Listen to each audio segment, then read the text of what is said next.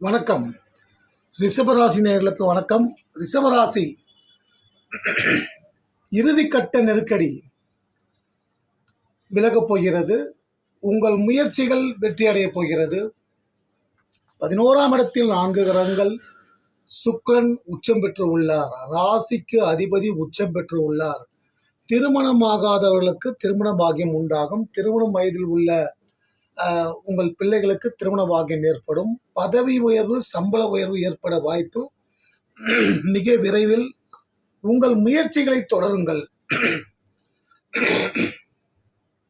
அதிகமான தைரியசாலிகள் நீங்கள். எதையும் யோசித்து செய்யக்கூடியவர்கள். உங்களுக்கு கோபம் வந்தால் அந்த கோபத்தை அடக்க யாராலும் இயல முடியாது. கோபப்படாதீர்கள். கோபப்பட்டால் சத்துரு பிடித்து கொள்வான்.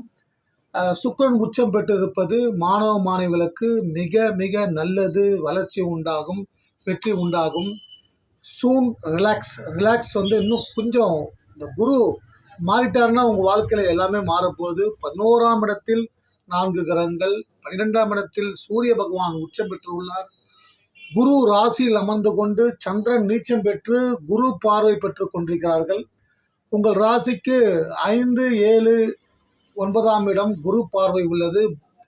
நிறைய நல்ல மாற்றங்களை நோக்கி உங்கள் வாழ்க்கை நகரப் போகிறது. நீங்கள் நவ கிரகத்தில் இருக்கக்கூடிய புதன் பகவானுக்கு தீபம் ஏற்றி பச்சை வஸ்திரம் சாத்தி அர்ச்சனை செய்து வழிபடுவது நல்லது.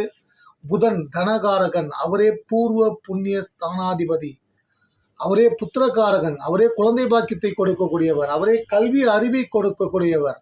அவரே உங்கள் வாழ்க்கையில் வாக்கு ஸ்தானாதிபதி. அவரே தனஸ்தானாதிபதியும் அவரே. அதனால நீச்சம், அதாவது சுக்கிரன் உச்சம், புதன் நீச்சம், நீச்சபங்க ராஜயோகம் என்று சொல்வார்கள்.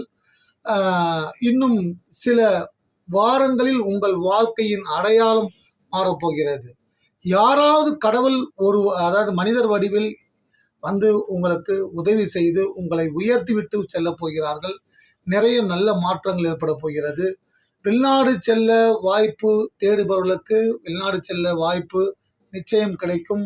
துர்க்கை அம்மனை வழிபடுங்கள். துர்க்கை அம்மனை வழிபடுவதன் மூலமாக ராகு கேது யோகத்தை கொடுப்பார்கள். பிள்ளையார் வழிபாடு நவ கிரக தோஷங்கள் நீங்கும். பொறுமை மிக மிக மிக அவசியம். யாரிடமும் பணத்தை கொடுத்து ஏமாந்து விடாதீர்கள். அதாவது திரைத்துறையில் இருப்பவர்கள், சினிமா துறையில் இருப்பவர்கள் வெற்றி மிக விரைவில். அரசியலில் இருந்தால் கொடி கட்டி பறக்கப் போகிறீர்கள். பதவி உயர்வு, சம்பள உயர்வு, கூடுதல் பொறுப்புகள் ஏற்பட போகிறது. ரிஷபராசி இந்த வாரம் யோகத்தை கொடுக்க போகிறது. இந்த வாரம்